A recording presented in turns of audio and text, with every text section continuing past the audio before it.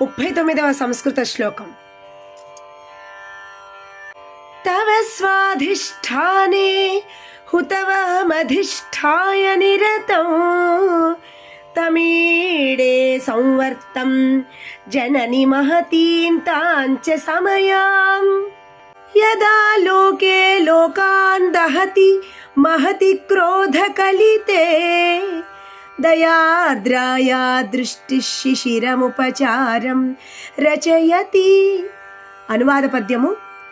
ధ్యానము జేతు నమ్మ ప్రళయాగ్నియాశ్రమమంది నీ అధిష్టానమునన్ మహత్సమయ సాధ్విని చేర్చి నిరంతరము క్రోధానల వీక్షణమునకునాహుతి జందుచునుండలోకముల్ ఏ నయనార్ద్ర దృష్టి చెలవిచ్చుచు సేవలు చేయు దానినే.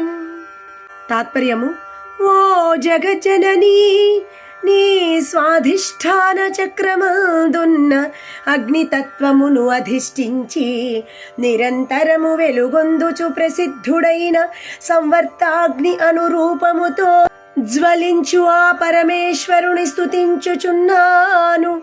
అట్లే మహిమాన్వితమైన మహనీయురాలైన సమయ అను పేరు గలదియు ఆ సంవర్తాగ్ని రూపిణి అయిన శక్తిని నిన్ను స్తుతించెదను.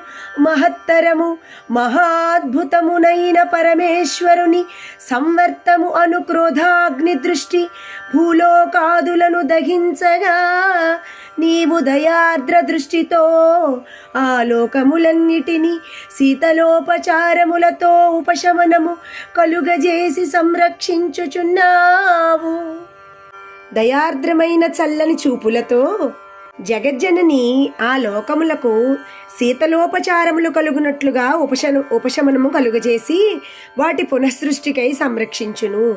ఈ విషయాన్ని ఆదిశంకరుల వారు తమ అర్ధనారీశ్వర స్తోత్రంలో ఈ విధంగా స్తుతించారు. ఏమన్నంటే, ప్రపంచ సృష్ట్యున్ముఖలాస్యకాయై సమస్త సంహారక తాండవాయ నమః శివాయై చ నమః శివాయ. ఓం నమః శివాయ. ఓం శ్రీమాత్రే నమః.